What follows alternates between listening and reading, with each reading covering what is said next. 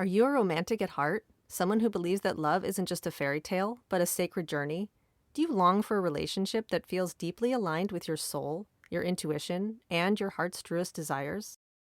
Welcome to Seeking True Love, the podcast for women who are done with the games, the superficial connections, dead-end dating attempts, and the spiritual bypassing, and you are ready for something real. Because your love story should be extraordinary. In each episode, we'll explore how to attract and cultivate soul-aligned love. Not only will I be sharing useful tips on how you can manifest your true love, I will be interviewing other experts where we explore the deep questions about the nature of love itself.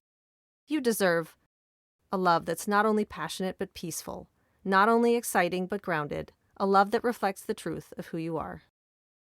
Because love isn't just out there, it's waiting for you. You're just right for me, and I'm just right for you. And I'll take your heart and squeeze so softly, so sweetly, forever love. So, does true love even exist? It's a question many of us have asked ourselves as we grow older, and especially after a few heartbreaks. Trust me, I'm the heartbreak queen. I've had my heart broken more times than I can count. I've spent so many nights awake, alone, crying, genuinely wondering, is true love even real? Is love itself just a myth? Am I chasing something that doesn't even exist? If you're feeling that way, I've been there. And, spoiler alert, I would not have started this podcast if I didn't believe in love. But I totally can appreciate the skepticism. Because as little girls, many of us are programmed to believe in a fantasy. You know, the one where your prince wakes you up with a kiss? Sleeping Beauty, Cinderella. That true love's kiss, that's kind of in all of those early Disney movies. And what do they always say at the end? And they live happily ever after.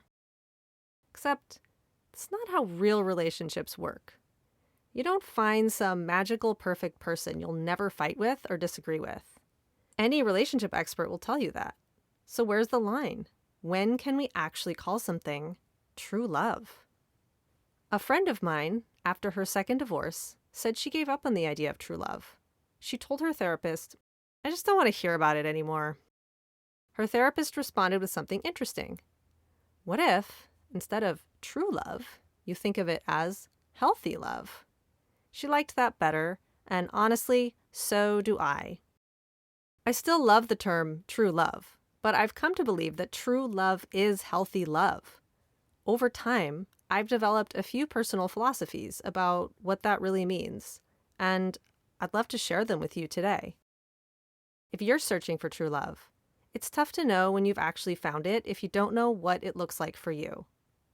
For me, part of the journey was simply figuring out the kind of relationship that feels good. I invite you to ask yourself the same. What do you want? What is your heart really seeking? Here are 5 philosophies I've developed over the years of exploring relationships and relationship styles. You may not resonate with all of them. That's okay. I hope this gives you some food for thought. True love philosophy number 1. It's mutual. True love must go both ways. One-sided love, whether you're chasing someone who doesn't feel the same or vice versa, just isn't it. I've seen people obsess over someone who barely notices them, and it's heartbreaking to watch. Don't spend forever longing for something just out of reach. If the love isn't returned, it's not true love. Let it go. Make space for a connection that truly honors you and fills you up. True love philosophy number 2. It's based in truth. You can't have true love without truth. This means being true to yourself. If you're playing some game or acting in some kind of inauthentic way just to get someone's attention, well, that's not going to work. There's so much dating advice out there that is based on how you attract a person, but you need to consider that you want to attract someone by being you, not by putting on some act even if that game works. Especially if it works, because you're ultimately never going to be happy because you're never going to know if somebody really loves you for you. It's one thing to put your best foot forward, especially in the beginning stages when you're first getting to know each other.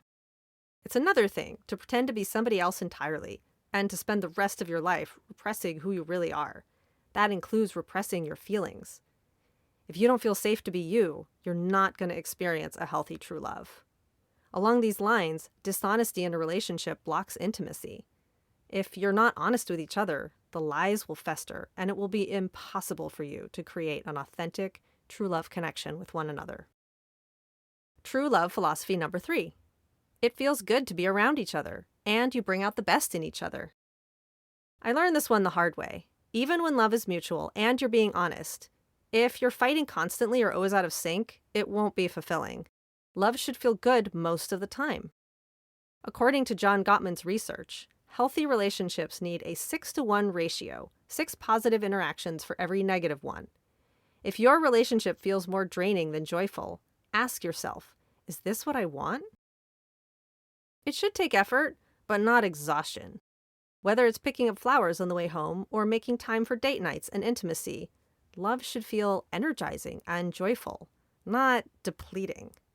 Even in times when you really need to stretch yourself outside of your comfort zone to give your partner something they desire, especially when it's something more challenging for you, it should still feel like a positive growth experience, not like you're betraying your values or contorting yourself into something that you're not. True love honors who you are, even as it invites you to grow. You should never feel like you're twisting yourself into a pretzel just to meet someone else's expectations. At its best, healthy love will expand you. We all have a shadow side. For me, under stress, I can lose my temper. In a past relationship, we constantly triggered each other's worst traits. Though we could resolve conflict eventually, the constant volatility wrecked my nervous system to the point where I started to experience debilitating chronic pain. Not fun. You should bring out each other's best selves, not constantly be battling each other's worst traits. This includes choosing the right relationship. It's so easy to get swept up in the idea of some wild, passionate love, the kind where you're constantly breaking up, making up, and driving each other mad with emotion. And sure, it can feel electric sometimes, but often that passion comes at the expense of your well-being. It might look glamorous in a Hollywood movie. In real life, it's exhausting. It's the kind of dynamic that wears down your nervous system and leaves emotional scars. I've been there, and I can tell you it doesn't end well. True love should not feel like chaos. It should feel like a safe place to land. True love philosophy number 4. It doesn't have to last forever to be real. Of course, long-term commitment is the goal when you're in love. But people evolve. Desires shift. Maybe one partner explores a new belief system. Maybe somebody wants kids while the other doesn't. Maybe somebody wants to be non-monogamous and the other one wants monogamy.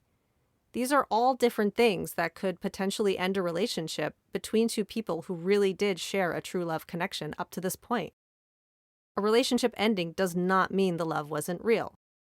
People often refer to a breakup as a failed relationship, but I don't agree with that. I think framing love that way is not only unfair, it's a recipe for heartbreak. Just because something ends does not mean it was broken or meaningless. I've experienced real love with people that I'm no longer with. I don't look back and dismiss my feelings or theirs. I don't diminish the beauty of what we shared just because we're no longer in each other's lives in that way. I know what I felt. I know what we had, and I believe it was true love, even if it didn't last forever. For me, it's more accurate to say we experienced love with each other for a time, and then our lives moved in different directions. In my current relationship, we talk about being together for the rest of our lives. We talk about growing old together, and I hope that's exactly what happens. But even if one day our paths do diverge, I would not question the reality or depth of the love we share today. Future circumstances do not erase present truth. True love is real, even if it's not forever. True love philosophy number 5. It's intentionally co-created. Yes, maybe some beautiful force of destiny brought you together, and that's great. Maybe you're compatible in all the right ways, and the love is mutual. But true love doesn't end with finding the right person. It thrives when you both choose to build something meaningful day by day. For me, I believe that true love can always go deeper. That's a huge part of why I started this podcast. It's not just about offering advice on how to find a true love partner. It's about continuing to explore love, deepen connection, and evolve, both individually and together. I see this journey as never ending, and that's what makes it so beautiful. Meeting someone you want to be with, that's just the beginning. What happens next is the journey you create together.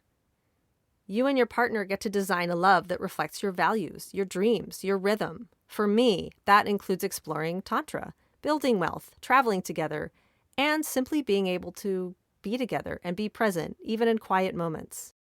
For others, it might look like exploring polyamory, open relationships, kinky dynamics, and pretty much anything else life has to offer. I've explored some of these paths too, and I've seen true love blossom in all kinds of relationship structures. There's no single mold for what true love should look like. It doesn't need to fit a traditional, heteronormative, monogamous box.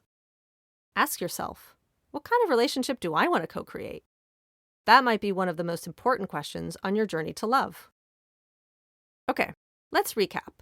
Number 1, it's mutual. Both of you love and choose each other. Number 2, you're honest with one another and you're true to yourselves. Number 3, it feels good most of the time, emotional needs are easily met, and you bring out the best each other. Number 4, it can still be true love even if it doesn't last forever. And number 5, the relationship is intentionally co-created to suit your journey together. Now you might be thinking to yourself, okay, these philosophies are all very well and good, but does this kind of love actually exist? I'm here to tell you yes, it does. And it's really not as rare as you might think. Something that I figured out on my own journey to finding true love is that you really do get to choose which dating game you'd like to play. If you want to play dating games of emotional manipulation, toxic behavior, codependency, narcissism, or anything like that, well, go ahead. You can create that for yourself by engaging in that kind of drama. But if you want to play the authentic game of true love, you can do that too. True love is not some sort of exclusive club that's only available to the most beautiful and charming people in the world. It's really available to anyone who wants it and fully opens up their heart to it. If you're seeking true love and want support on that journey, I'm here for you. I would not be where I am today without coaches helping me along the way. If you're curious about one-on-one coaching, click the Calendly link in the show notes to book a free 1-hour discovery call. No high-pressure sales, just a chat to see if we're a good fit. Because your love story should be extraordinary.